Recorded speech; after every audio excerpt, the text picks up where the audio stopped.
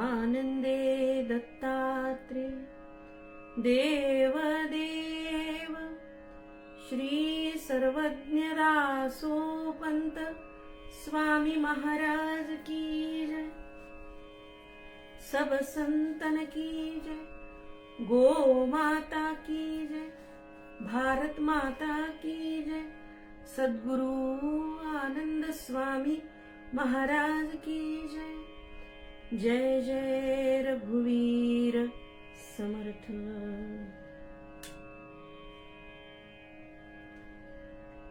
13वा श्लोक पहिल्या अध्यायातला। ततशंखाश्च भैर्यश्च पणवानकगोमुखा सहसैवाभ्यहन्यन्त सशब्दस्तु मूलोऽभवत्। दासोपंत पहिल्या शब्दावरती भाष्य करतात। ततः पाहुनी भीष्माचे चिन्ह क्षेत्री मात्र अवघे जण तयानंतरे आपण आते झाले नाना वाद्य विशेष संख्या नाही तयास लक्ष आणिता भाष टाकेचिना। तत या शब्दावरती भाष्य करताना दासोपंत त्याचं निरूपण करतात। भीष्माचार्यांचं हे आरोळी ठोकणं, शंखाचं स्फुरण करणं हे पाहिल्यानंतर त्या क्षेत्रामध्ये, कौरव क्षेत्रामध्ये जे अवघे जण समस्तांच्या मनामध्ये एक स्फुरण चढलं आणि त्यानंतर विविध वाद्ये जी असंख्य प्रमाणात तिथे उपलब्ध आहेत त्यांनी बोलायला सुरुवात केली। लक्ष आणिता भाष टाकेचिना। प्रचंड प्रमाणामध्ये ही सगळी वाद्ये वाजायला सुरुवात झाली। तत या शब्दावरती ते बोलले। पुढे शंखाश्च या शब्दावरती ते भाष्य करतात। पृथ्वी पाळी आपुलाले आणि त्याच योधी वेगळाले कौरव दळीचेही उठिले अपार शंख शंखाते नाही गणना वरी वाद्य विशेषाना नाद करीती अंगवणा घेतले शूर। कौरव दळाचेही अनेक सैनिक विविध शंख घेऊन उभे राहिले। शंखाते नाही गणना। असंख्य शंख घेऊन हे वीर उभे राहिले। विविध वाद्यांचा विशेष नाद करीती अंगवणा आपापल्या शक्तीनिशी हे सगळे शूर करू लागले। भैर्यश्च या शब्दावर ते भाष्य करतात। भेरी वाजविती अपारा जाणविती येर येरा ऐसा भेरी शब्दचितो अपरा माझी साठे। शंखाच्या नंतर भेरी नावाचं जे वाद्य आहे ते अनेक जण वाजवू लागले। शब्द त्यांचं असं म्हणणं आहे की ऐसा भेरी शब्दचितो अपारा। त्या नावातच प्रचंड नादाची अनुभूती भेरी या शब्दामध्ये दासोपंत सांगतात की त्याच्यात तो नादच मावत नाही असा भेरी शब्द आहे। आणि अपार असा नाद भेरीचा योद्धे करू लागले। पणवान कगो मुखा या शब्दावरती दासोपंत सांगतात। पणव शब्दे ढोल आनकते पे मर्दळ गोमुखे काहाळा केवळ बुरगादिक अपार ययाचे संवात ठाई ठाई गरजती समस्त आता वाद्यात या आघात कैसे केले पणवानक गोमुखा पणव ढोल आनक तेपे मर्दळ मर्दळ म्हणजे मृदुंग ज्याला मर्दून वाजवायचे जे तालवाद्यांचा विचार इथे दासोपंत करतायत आणि त्याचबरोबर जी सुशिर वाद्य आहेत या दोनच वाद्यांचा इथे उल्लेख आहे बघा तालवाद्य आणि सुशिर वाद्य गोमुख कहाळा आणि बुरगादिक बुरगा किंवा बुरगे नावाचं जे वाद्य आहे जसं शाहीर डफ वापरतो डफासारखं असावं कदाचित पण शाहिरी वाद्य बुरगा मृदुंग पणव ढोल आणि इतर असे सगळे तालवाद्य आणि सुशिर वाद्य आणि या सगळ्यांचा प्रचंड नाद सुरू झाला ठिकठिकाणावर या वाद्यांची गर्जना सुरू झाली आणि त्या वाद्यांचे आघात कसे केले गेले तर ते पुढच्या शब्दावरती भाष्य करताना ते सांगतात सहसैवाभ्यहन्यंत या शब्दावर बोलताना ते म्हणतात दुंदुभी ढोल मार्दळ हे आदि करुणी सकळ घन वाद्य विशेष केवळ सिद्ध असता शंख बुरगे काहाळा इत्यादी सुस्वरा याती सकळा सिद्ध करुणी नृपाळा काय केले दुंदुभी ढोल मार्दळ म्हणजे मृदुंग आणि हे सगळे वाद्य विशेष करून हे घनवाद्य विशेष केवळ सिद्ध असता हे सगळे सिद्ध करून ठेवलेले घनवाद्य त्यानंतर जे तोंडानी मुखानी हवा फुंकून वाजवण्याचे वाद्य आहेत त्याचाही विचार ते पुढे करतात शंख बुरगे कहाळा कदाचित बुरगे हे वाद्य मी मघाशी म्हणाले जसा शाहिरी वाद्य पण ते डफासारखं नाही हे इथे स्पष्ट होते शंख बुरगे कहाळा ही वाद्य सुशिर वाद्य आहेत मुखाने हवा फुंकून वाजवण्याची वाद्य दिसतात इत्यादी सुस्वरा याती सकळा ही सगळी वाद्य सिद्ध करून नृपाळा काय केले राजा घनवाद्य सुशिर वाद्य ही सगळी वाद्य सिद्ध केली आहेत आणि काय झालंय पुढे काय केलंय एकेची समये त्राहटण घनाते केले पीटण आणि सुस्वरे पवने दाटून नादू केला आणि राजा एकाच वेळेला या सुशिर आणि घनवाद्यांचा नाद सुरू केलेला आहे त्राहटण म्हणजे त्याच्यावरती आघात करणं वाजवणं घनाते केले पीटण घनवाद्यांच्या वरती आघात करून ती वाजवायला सुरुवात केलीये आणि सुस्वरे पवने दाटून आणि जी सुशिर वाद्य आहेत ज्याच्यातून स्वर निघणार आहे स्वर वाजून बाहेर पडतोय ती हवा फुंकून पवने दाटून नादू केला आणि त्याचा नाद करायला सुरुवात केली मग ती घने आणि सुस्वरे वाद्ये वाजती एकसरे तेथे निवडला अंबरे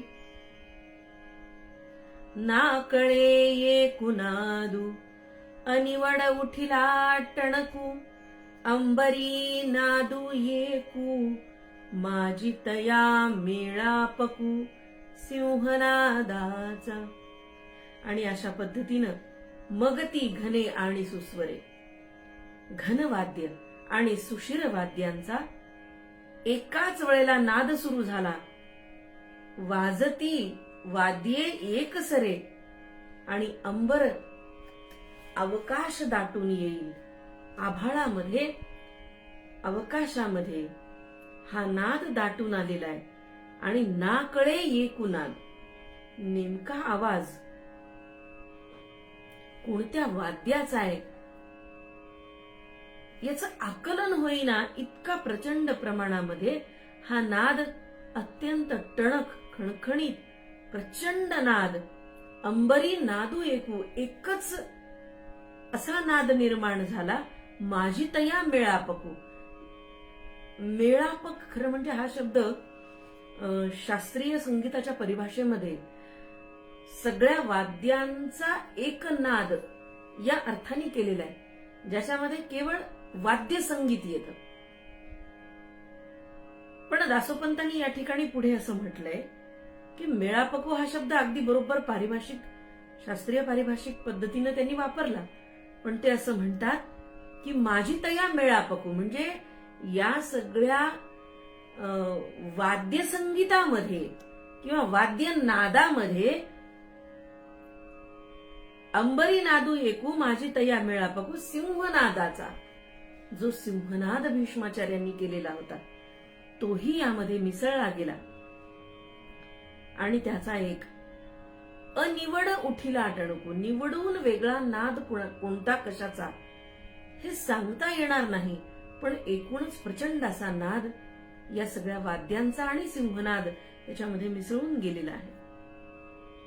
सशब्दस्तुमुलो भवत या शब्दावर ते पुढे म्हणतात, तो अनिवडू शब्द थोरला, दुमदुमी तू गगनी भरला, पोकळी माझी कोंदला वाव नाही, तेणे नादे गरजती गिरी पर्वत गडगडिती, तेही नाद मिळती तेची नादी, तेची नादी, तेही नाद मिळती तेची नादी. अंबर दाटले ध्वनी, मुखीचा शब्दू नकळे कानी, ऐसा शब्दू शून्य स्थानी अक्षयी राहिला. अक्षय असा प्रकारचा हा नाद त्यांना वाटतोय. तो अनिवडू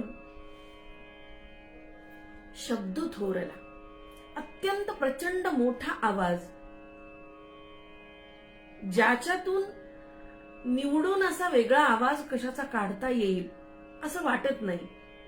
म्हणजे वाद्यांचा मेळापक, सिंहनादाची गर्जना, हे एकूणच प्रचंड आवाजामध्ये घनघोर जणू काही अंबरामध्ये काही वाजतंय असा भास व्हावा. दुमदुमी तू गगनी भरला, अवकाशामध्ये भरून राहिला, पोकळी माझी कोंदला, पोकळीमध्ये, अवकाशाच्या पोकळीमध्ये कोंडून तो नाद होतो आहे. कुठे सूतभर जागा शिल्लक नाही त्रिभुवनात की जिथे हा आवाज नाही असा तो कोंडून आवाज येतो आहे. त्या नादानी गिरी पर्वत गडगडिती, पर्वतांच्याही मध्ये त्याचा ध्वनी, प्रतिध्वनी घुमतो आहे. तेही नाद मिळती तेची नादी. आणि हा प्रतिध्वनी पर्वतांच्या वरती आदळून येणारा या वाद्यांचा, मेळापकाचा, सिंहनादाचा ध्वनी या गिरीपर्वतांच्या वरती आघात करून गडगडतो आहे जणू, आणि त्याचे प्रतिध्वनी पुन्हा त्याच नादामध्ये मिसळत आहेत. अंबर दाटले ध्वनी, आभाळामध्ये, आकाशामध्ये, अवकाशामध्ये हा सगळा ध्वनी दाटून उमटतो आहे. मुखीचा शब्द नकळे कानी, कोणी बोलतंय, तोंडातून कोणाच्या काही बोलण्याचा आवाज आलाय किंवा कोणी काही बोलत आहे, तर ती बोलण्याची प्रक्रिया दिसते, तोंड हलवणं दिसतंय, पण कानावर शब्द मात्र पडत नाहीयेत. इतका घनघोर आवाज संपूर्ण पृथ्वीवरती, त्रिभुवनामध्ये, अंबरामध्ये, पोकळी पोकळीमध्ये हा होतो. ऐसा शब्द शून्य स्थानी अक्षयी राहिला. आणि अशा प्रकारचा हा आवाज सगळीकडे अक्षय होऊन राहिलाय. ततश्वेतैर्हयैर्युक्ते महति स्यन्दने स्थितौ माधव पाण्डवश्चैव दिव्यो शङ्खौ प्रदध्मतु. तत पुन्हा या शब्दावरती या श्लोकातल्या दासोपंत म्हणतात, कौरव सैन्या माझारी वाद्यघोष झाले ययापरी, मग तया नंतरे अवधारी कैसे वर्तले. पांडव सैन्या जाणवले जे समस्ती कौरवी वाईले, युद्ध प्रेतना प्रवर्तले ऐसे जाणोनी. कौरव सैन्याच्या मध्ये असे वाद्यघोष अशा प्रकारचे झाले. आणि त्यानंतर हे राजा तिथे काय घडलं, काय वर्तलं ते आता ऐक. पांडव सैन्याला जाणवलं की कौरव सैन्य समस्त युद्धाला प्रवर्तलेलं आहे, प्रवृत्त झालेलं आहे, याची जाणीव पांडव सैन्याला त्या ठिकाणी झाली. तत या शब्दावर दासोपंतांनी हे भाष्य केले. श्वेतैर्हयैर् शुद्ध श्वेत निर्मळ, गांग जैसे सोज्वळ, तया वर्णाचे केवळ ते गांगे घोडे. ऐसे शुद्ध शुभ्र निर्मळ, आगळे वारुवा मेजबळ, समस्ता अवगुणा वेगळ तेही घोडा. आणि त्यानंतर शुद्ध श्वेत निर्मळ, अत्यंत शुद्ध पांढऱ्या शुभ्र उमद्या अशा घोड्यावर, जो अत्यंत शुद्ध आहे, शुभ्र आहे, निर्मळ आहे, पण तरीही वेगळा आहे. वारुवा मेजबळ, अत्यंत शक्तिमान अशा जो रथाला जोडलेले घोडे आहेत. आणि या रथावरती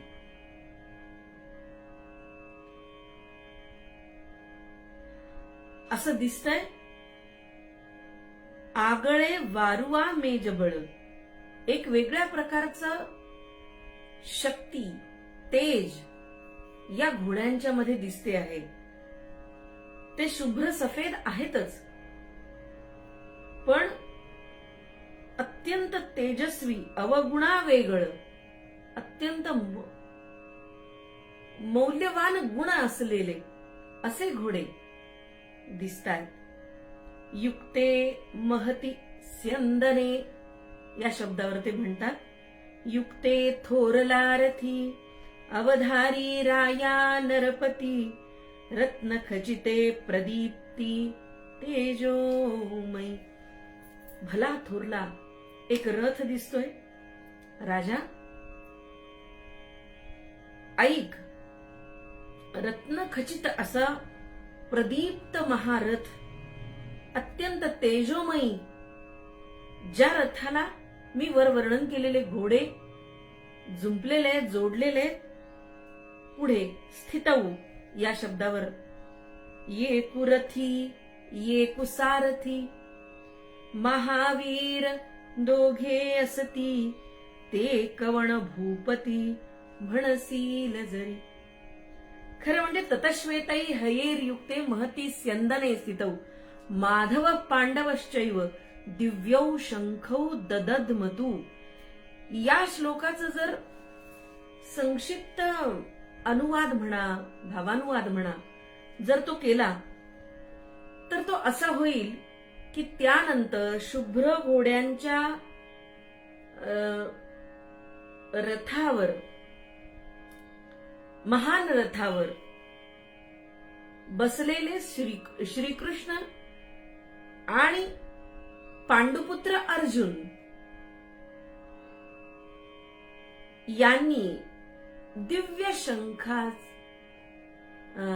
शंखनाद केला. अत्यंत जोरामध्ये, प्रचंड आवाजामध्ये हा शंखनाद केला. इतकं संक्षिप्त भाष्य, अनुवाद, भावानुवाद या श्लोकाचा करता येईल. पण दासोपंत आम्हाला एका प्रत्येक शब्दावर फार सुंदर असं भाष्य सांगतात. म्हणजे ततः आपण बघितलं, श्वेतैर हयेर, त्यानंतर युक्ते महती स्यंदने आणि स्थितौ या शब्दावर ते म्हणतात, येकुरथी, येकुसारथी, एक रथी आहे आणि एक सारथी आहे. महावीर दोघे असती. अत्यंत सुंदर असा भावानुवाद मी म्हणाले तसं दासोपंत करतात की कोण दोघे आहेत, तर अर्जुन आणि श्रीकृष्ण आहेत. पण त्याचा भावानुवाद म्हणजे नेमकं काय, त्याचं प्रत्यंतर, त्याची प्रचिती मला वाटतं दासोपंतांचे शब्द आम्हाला देतात. ते केवळ भूपती म्हणसील जरी. आणि हे दोघे जण, हे राजा, त्या अत्यंत प्रदीप्त रत्न खचित अशा महान रथावर, ज्याला की अत्यंत शुद्ध निर्मळ श्वेत असे घोडे आहेत, त्या रथावर एक रथी आणि एक महारथी असे दोघे. पुढे माधव पांडवश्चैव, सकले मायेचा नियंता, येकु श्रीकृष्णू लोकत्राता, तेथ रथी दुसरा तत्वता, तेथ रथी दुसरा तत्वता पंडूचा नंदनू. एवं श्रीकृष्णू आणि अर्जुनू, राया पंडूचा नंदनू, ते तितुल्या वरुणू काय करते झाले. कोण कोण येते, माधव पांडवश्चैव या दोन शब्दावरती दासोपंत बोलतात. सकले मायेचा नियंता, मायेचा जो नियंता, मायेचं जो नियंत्रण करणारा तो, येकु श्रीकृष्णू लोकत्राता,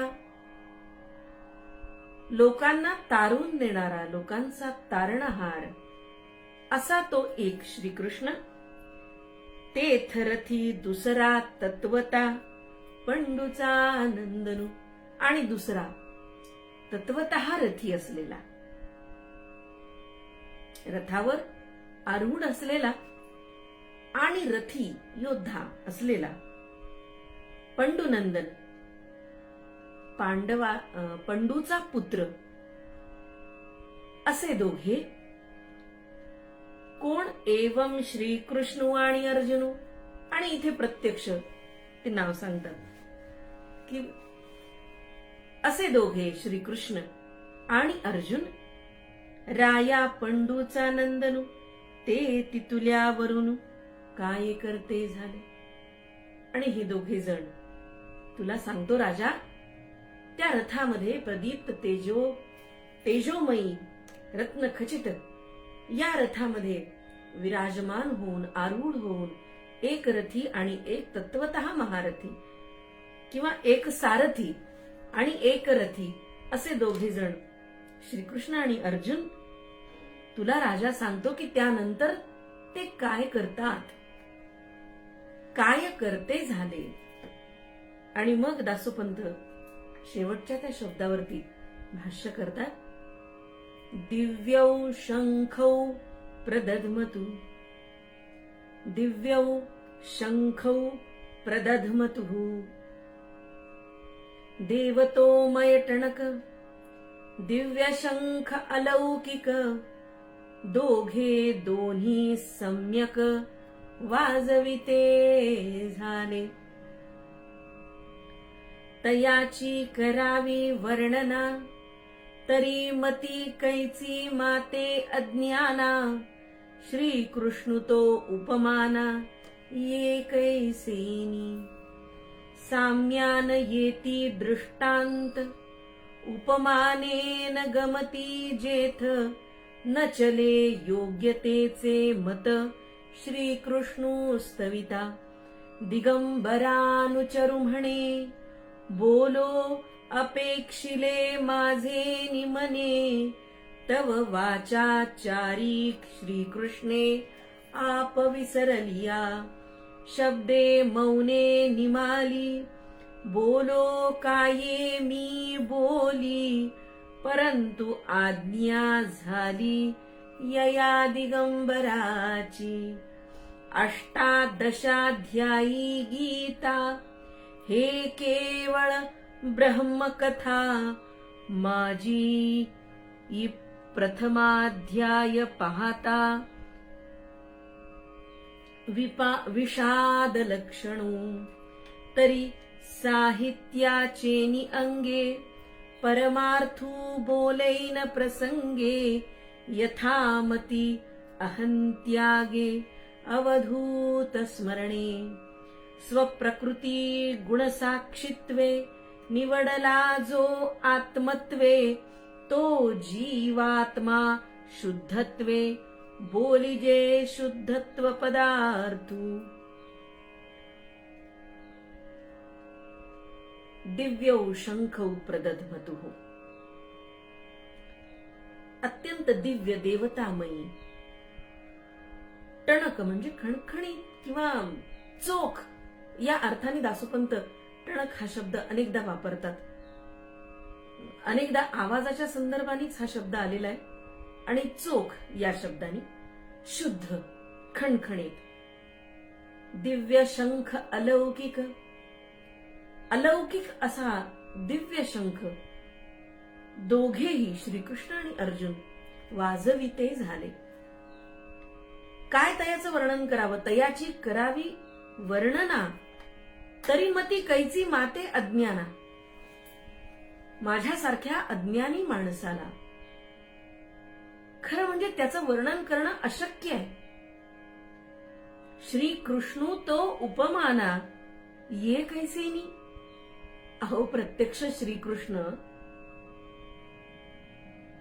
तो कसा काय. त्याच्या बरोबरीचं दुसरं काय आहे. त्याला कोणाची उपमा द्यावी. अशी दुसरी वस्तूच नाही.